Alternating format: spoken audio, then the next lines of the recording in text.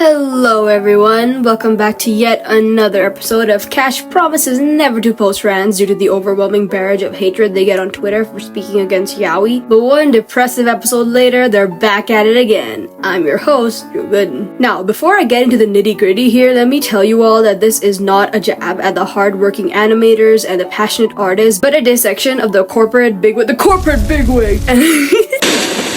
and fandom behavior that led to this video's making. Just one look at the behind the scenes art will show you how passionate the artists working on this project were. Whether it's a drawing of the hypothetical and hilarious scenario of the decay of angels having tea at the agency with Dazai, or just Sigma with his hair up, you can tell that people loved and were honored to work on this project. And let me emphasize, there is absolutely nothing wrong with that. Going at this video, you can still like the anime, and I'm not gonna pretend that I'm completely opposed to it either. I've watched the Poen Rampo episode countless times myself. I enjoyed the soundtrack, and I found my heartstrings being tugged at by many scenes in the anime that were carried with a cadence I find commendable. The anime is not bad by any means, but it's also not BSD. Now, you might be wondering what exactly I mean by that, to which I implore you to think for yourself. What makes Bungo Stray Dogs?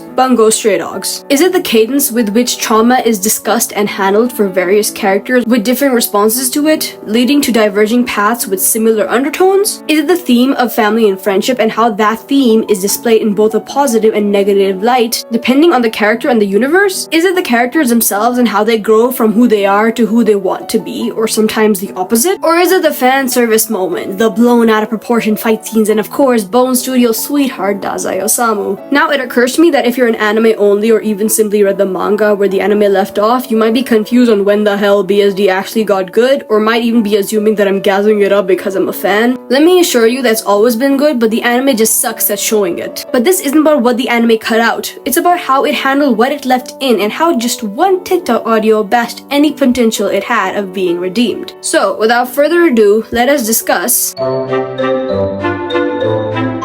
A shonen anime is defined as a manga or anime that usually features a male protagonist who embarks on action-packed adventures, battles, or conquests, often in a fantastical or sci-fi setting. Obviously, the most common examples of this are popular anime such as Naruto, Jujutsu Kaisen, and Mob Psycho 100. See, we got this teenage boy, and then we have his side cast going on adventures for self-discovery and character growth for a few seasons until the inevitable final battle where all their teachings are put to the test against a big bad. See, anyone can watch these anime and understand what's going on because they're pretty straightforward both plot and arc-wise. This is why so many people grew up watching shonen anime, because it's fun, the fights are cool, and you don't need to read Japanese literature to understand characters. Shonen can be summarized as a journey of self-improvement and reflection as the protagonist learns and grows along with the readers. For seinen, however, the definition is basically an anime/manga aimed towards young adult audiences. A great example of this is Berserk, and I don't think anyone wants to grow up watching Berserk. Anyways, what seinen manga handles is more dark and mature topics, hence being aimed towards older audiences. And if you've read the manga, you know that BSD fits the bill on this one perfectly. But if you read the anime, the case is a little different. A good example of this is Atsushi's trauma and how it's handled in the manga versus the anime. See, where we have various scenes in the manga where he's quietly reflecting on it, often disassociating as he ponders over those memories, as many people with PTSD do. In the anime, they're just looping this one scene over and over again in tandem to that reflection. And it's not like there's like various angles of that memory, but just that same scene over and over again. It's like they see Atsushi reflecting and go, oh my god, he's doing it again. Everyone roll the tape, roll the tape. And I think a good example of how this comes off to viewers is displayed by Danny Mota's reaction to these scenes. Now, I personally do not like Danny Mota. I think his sense of humor really gets stale after watching one video of his because it's all about sex, to the point he's made some really gross and out-of-touch jokes about Dazai and Odasaku. In fact, I think Danny Mota and how he briefly became the face of the fandom is a decent reflection of the humor and maturity level most of the fandom presents. That's a video for another day. Or maybe not a video at all. Who knows? Anyways. Now,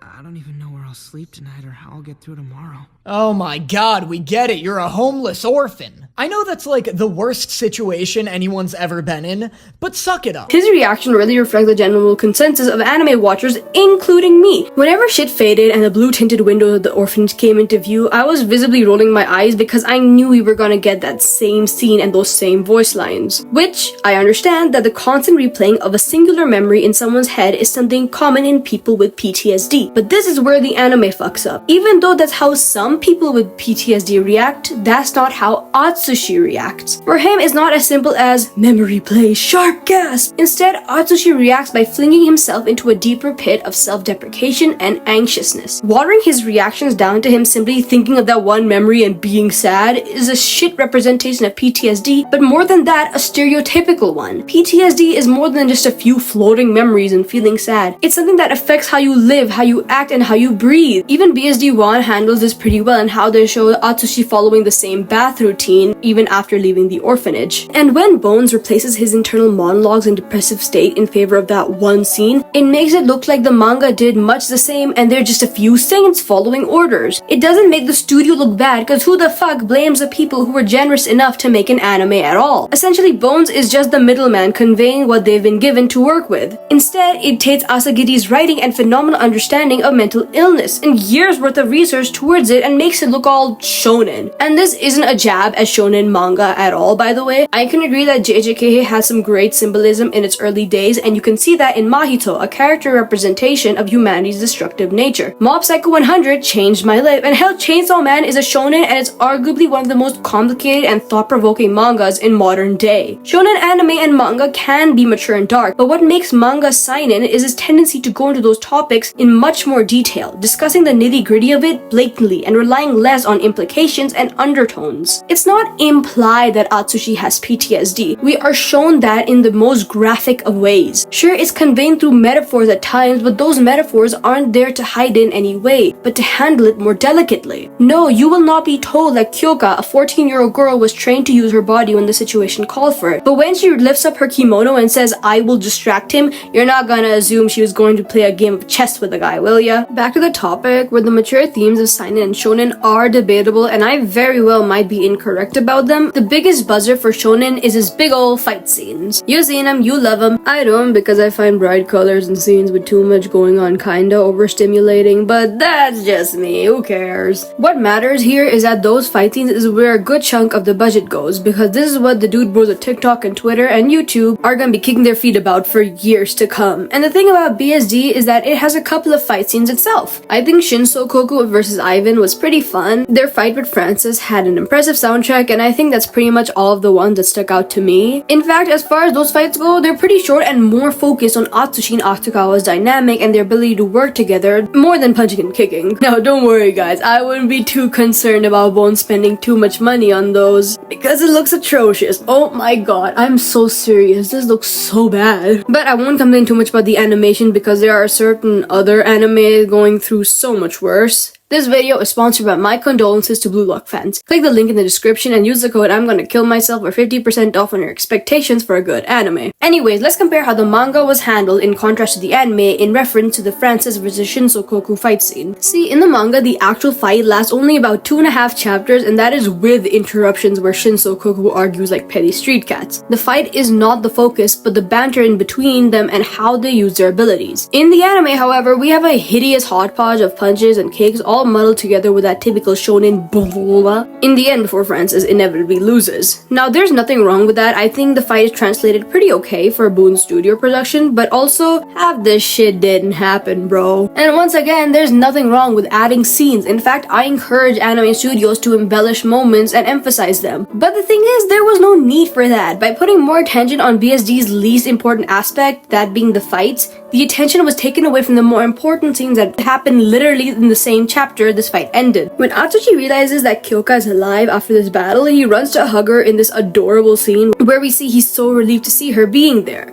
Kyouka and Atsushi's relationship and its implications of them being found siblings is arguably one of the most important dynamics in BSD. In the anime, she's not even there. Yeah, I'm not kidding. They don't even show her. Dazai just goes, "Yeah guys, she's fine. Don't worry about it." And we're supposed to move on like nothing happened. In fact, even a moment after that, we have this gorgeous scene where Dazai puts his hand on Akutagawa's shoulder and how he tries so hard to seem tough with his shoulders rounded before he visibly softens. This is a scene I would say warrants a whole paragraph to translate into words. It shows us how Akutagawa wants to stop caring about Dazai's praise but can't help but fall victim to his abuser's kind words.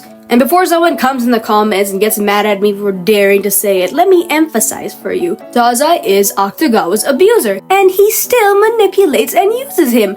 I don't care how Pookie Bear he is not a good man to Akutagawa, and you will never change my mind on that, so fuck off. I don't care that he abused him because he cares about him. So did my mother.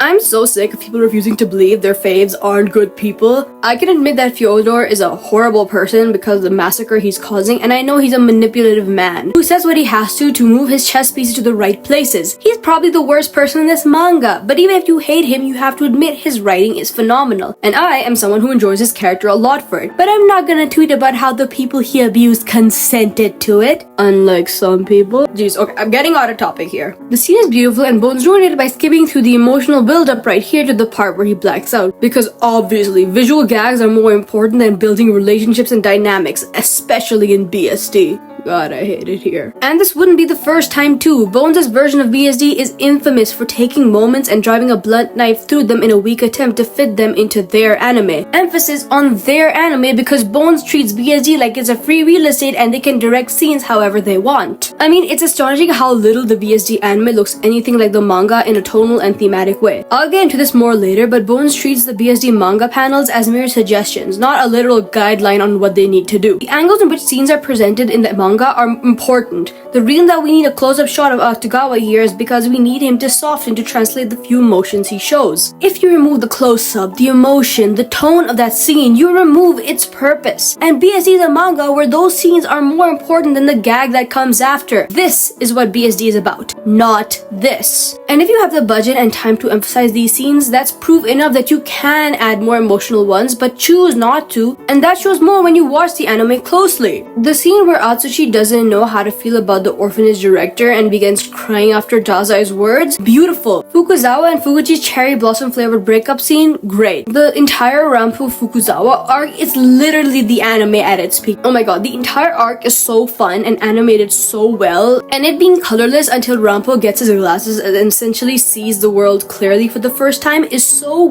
good. I'm sorry, is that creative art direction from Bone Studio I'm seeing here? Hello? Obviously the arc still has its shortcomings in contrast to the light novel, but it's such a great display of what Bones could do if they give a shit about the work they're adapting. Emphasis on the word adapting because that's not what the anime is. Instead, the anime is like the worst version of a director's cut. And before I sign off on this point, I'd like to bring up something that's kinda related but also not really. I still think it's worth mentioning though. Dead Apple sucks, doesn't it? Like, no hate to my Dead Apple fans, I know Shibuzawa is the most gorgeous BSD character on the roster, and he's good fun in that one comic that gave him a personality, but other than that, he's a jarringly flat villain compared to what we have in BSD. Dazai is constantly spewing nonsensical word vomit about apples and suicide, and the entire thing is really poorly paced. I've gotten a few comments insisting that Dead Apple is hard to understand, which I still disagree, but also thinking back, yeah, it is kinda all over the place, or at least the anime is. Now, I know I'm gonna come off as insane for this, but I have this unshakable theory that Asagiri was rushed for Dead Apple. See, the movie was released at a time where it had been 2 years since the season 2 of BSD, and they needed to keep the fans' attention somehow. So lo and behold, they consulted Asagiri and Dead Apple. And part of my theory is that Dead Apple was meant to be a light novel like 55 minutes in Stormbringer, but after constant pressure, it was rushed and turned into, get this, a movie, a light novel, and a manga days within each other. You cannot make this up. Did you know the entire beginning Sokoku scene in the movie was completely different? Like, yeah, it's not the same thing at all. Anyways, if you look through the manga and light novel, you'll find the plot of Dead Apple is much more concise and detailed. Certain aspects were changed from the anime to likely fit the story Asagiri had in mind. Also, Shibuzawa hates Fyozai for some reason. Don't ask me why, he's just homophobic. Anyways, the lack of respect towards Asagiri's story is more prominent here. It's clear due to the dates of release that Bones worked hand in hand with Asagiri to make that story happen. Asagiri didn't want a fluffy Sokoku scene, but something much more serious that showed their differing views on the value of life. And he didn't want Fyodor there because he clearly had other plans for his and Dazai's relationship. But who gives a shit, right? Sokoku is their precious moneymaker duo, and they'll be damned if they'll show them even in a negative light for a second. In fact, I'm a little grateful they didn't include the scene of Chuya slapping Dazai because many people who read the manga started calling him abusive for it. But anyways, Dead Apple is the best example of Bone Studio having no respect for the time and artistry Asagiri puts into his works. Speaking of artistry and respect, I don't think we can discuss the anime further without getting into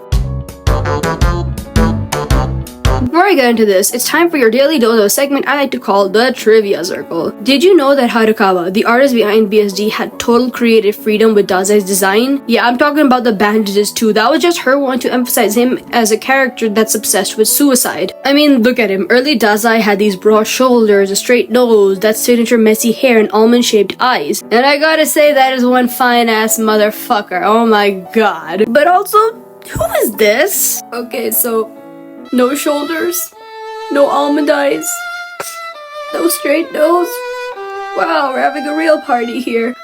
Okay, you know what? That's fine. I get that details like that get lost in anime stuff. Whatever. Oh, but there was this one scene where he flirts with this older waitress at a cafe, which I liked. Go get yourself a MILF, big guy. Good on you. Who the fuck are you? I'm sorry. Is Dazai not allowed to flirt with a chubbier and older woman?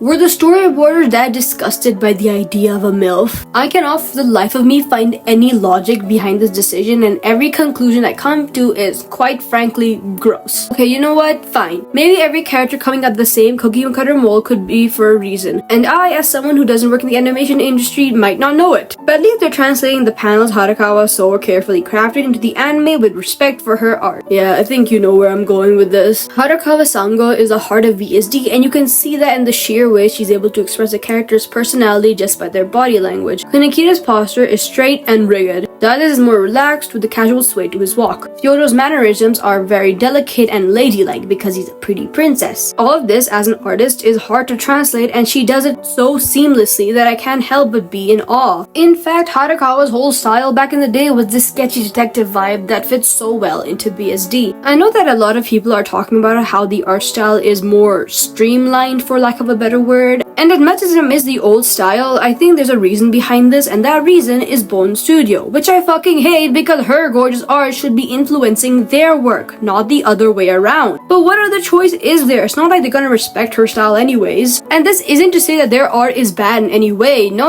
I think BSD's style has a good potential to carry out the tone of the series. This is about the art direction. Art direction is about the colors you use to establish a tone, the way you angle certain shots, and how you translate scenes from panels to animated clips. Just grab every scene's pre-written art direction and replace it with one that doesn't do a good job of adjusting the tone is essentially poor art direction. Bone Studio does not respect Harukawa, and I don't think we talk about that enough. And I'm not saying we need to shout out her name every few seconds into an episode. No, I think the DJ Khaled approach is pretty dated. But at least try to put some respect to her name, for God's sake. You're not translating her art, you're not adapting the panels she worked so hard to craft, fuck, you're not even using the character she designed right. Imagine sitting down to watch the anime adaptation of the manga you're carrying on your back, only to see that it looks nothing at all like the vision you worked so hard to craft. Ivan is graceful and eerie, but you wouldn't have guessed it from the anime. Poe is sensitive and on the verge of tears half the time he's on screen, but they never bothered to show that. And Nikolai has the juiciest thighs known to man, but Bones hates thick men. Also, I sent this to a friend to beta read, and she politely informed me that the more delicate traits that make Sigma, someone Asagiri designed, more effeminate, were also scrapped, so maybe they just don't like men who aren't Dazai. But also, to say that Dazai was the only character done right would also be incorrect, because even though his moments have a larger emphasis and polish to look more attractive, this extra polishing has led to several integral scenes of his character being muddled down to highlight his good looks instead. A good example of this is one of the more popular scenes in the anime, the scene where Ango and Dazai reunite and Dazai points a gun at the older man's head. R.I.P. Ango. See, in the manga, this scene shows Dazai's eyes as blackened and empty when he points the gun. The point of that look is to show how Dazai still contains the tendency to be the man that he once was, but chooses not to. Harukawa herself chooses to emphasize the darkened eyes of mafia members specifically, or at least people who don't have any light in their soul. This moment in the manga is a reflection of Dazai's past, the most important part of his character in VSD. In the anime, this scene is changed once again in art direction, which successfully changes the tone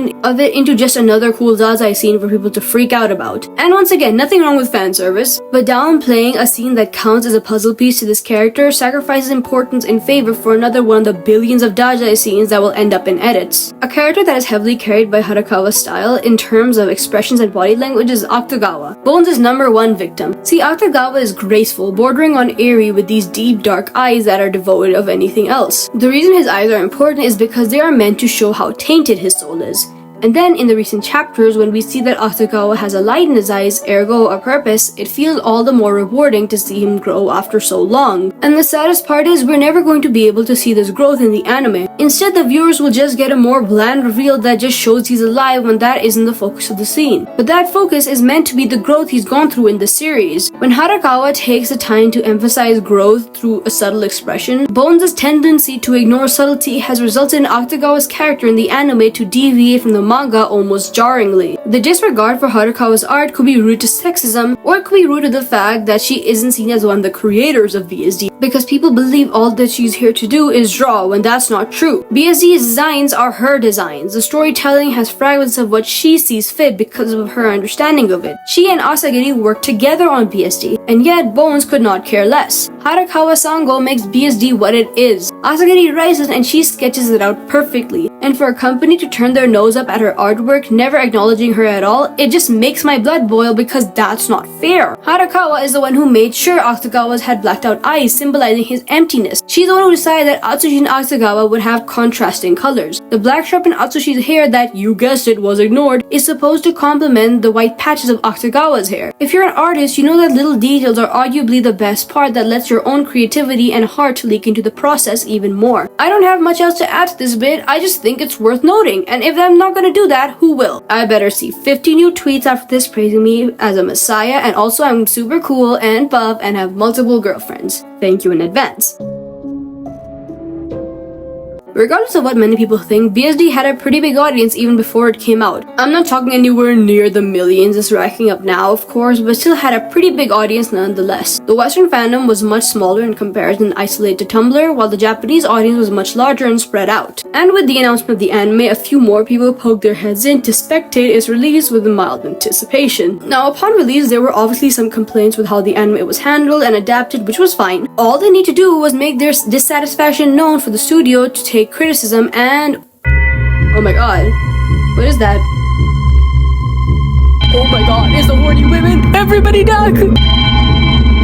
To say that BSD was successful is an understatement. Dazai's sheer existence affected the writing of various similar flirtatious characters to come, downright create a new genre of depressed and masking boyos, and carve the pathway to how Bone Studio would operate when it came to this anime. Suddenly, the more niche and adult-made fandom who came to the series for its writing and plot was flooded with viewers that only came, stayed, and cared for Dazai. And if you're active in part of the fandom now, you'll even notice a huge chunk of the fandom, especially on TikTok, is preteens who have also sunk their claws into the anime twink of their choice. Twingate, as I like to call it, has always been the thing that has made BSD an attractive option for people searching for a new anime. And when this much larger chunk of people rushed in for the suicidal Romeo himself, the concerned and dissatisfied voice of the fandom that had been in the series since the beginning was drowned out. Of course, presently, we still have tons of more people complaining about the quality of the animation, but that is an afterthought when the season is done airing and Bones' pockets are already stuffed full of cold hard cash by then. So who cares? Also, I think it's worth noting that quality complaints are usually isolated to the dogshit mess that was a guild and cannibalism arc. Season 4 and 5, where this had the issue of scrapping pivotal scenes and emotions, were largely accepted because, of course, more people watched the anime without noticing what they lost in the process. And once again, drowned out the manga readers' voices. But Twingate is only part of the problem here. See, where Dazai himself gave the anime a pretty good audience to begin with, he wasn't done sinking his claws into the internet just yet, because then came the rise of... 私はあなたと心中するために今日まで生きてきたのです。きっとそうです。だぜ。Now you might be thinking, Cash, are you seriously blaming all of this on a TikTok audio of all things? To which I implore you, dear viewers, to lock the fuck in, as the kids say. The Dazai audio, which is what I will call it here, could be considered pivotal in a way. Not only did it spawn tons of new audios in tandem to it, it spread its wings into TikTok, but also Instagram, YouTube, and fucking Spotify. And it's basically a relic of the present fandom. And its audio is so popular that people can still use it today as a throwback to the olden days of editing and still get millions of likes. It is so popular that my neurotypical sister, someone who doesn't give a half a shit about anime and has something called a social life and friends, knows the name Dazai. it, which I think just goes to show you don't need to be a loser weeb like me to know the phenomenon that this audio was. And of course, the more people who hear it, the more people will watch the anime to find this Dazai character. In fact, I only came to BSD because I heard the audio and decided to give it a try, just like many others. Actually, no, the audio was only half of it. The other half was the Rampo compilations I was binge watching before even starting the show, but that's a can of worms for another time. These two large bursts, namely the rise of Dazai's popularity and that one audio, had an adverse effect on the fandom. BSD rose to popularity, pushing Sokoku into the AO3 top 3 for years to come, frustrating literature majors who just want to get their assignments done, while info on toothpick-shaped men taunted them ominously, and most of all, losing the intended demographic of BSD entirely.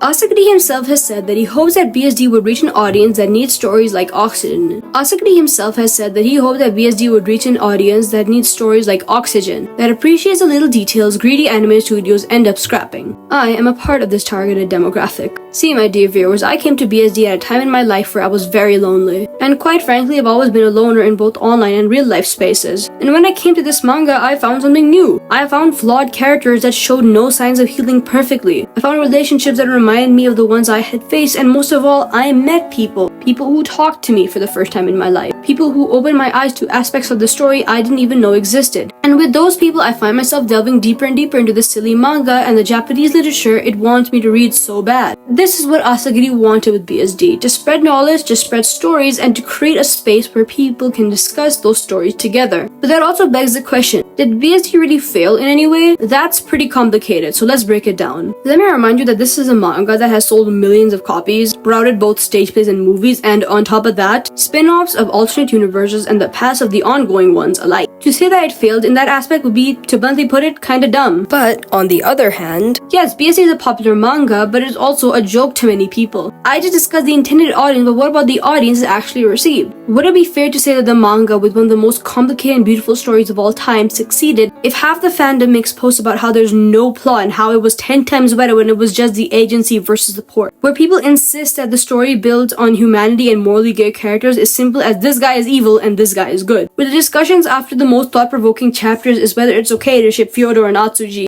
And I better not get anyone in my comments defending this hot dog water flavored ship just because it's legal. A ship being legal has never made it good and it never will. Please get some taste for your clearly burned taste buds. I swear, one day I'm gonna post a video shit-talking ships I don't like and you people will have no choice but to watch me tweak out over lines on a screen. We could say that BSD becoming popular helped branch out towards the right audience, which is true. But if you've been the BSD fandom for at least a month, you'll take note of how few logical people there are. For every Fukuzawa cares for Rampo take, you'll find 50 Fukuzawa is an abusive hoe takes. No, I'm not kidding. Please never hop onto BSD TikTok. And I know it's not fair to blame this predominantly minor fanbase for the way it affected the way BSD would be perceived by years to come, by the vast majority of the anime community in general. In fact, that's not what I'm doing at all. I'm blaming Studio Bones for failing to understand what this manga is about, for disrespecting the artist that makes it so worthwhile. How have we gone from a manga with a story about trauma and healing from it to an anime people outright refuse to watch because of the impression? I think we can all agree that outside of the fandom and even inside of it at times, BSD is essentially just an anime full of fan service and nothing more. After the countless posts about how it was no plot, always blowing up on TikTok for some reason, one wouldn't assume that it's just misunderstood. And the thing is, this could have been avoided. If Bones had simply handled BSD a little more carefully, we would have gotten the best of both worlds.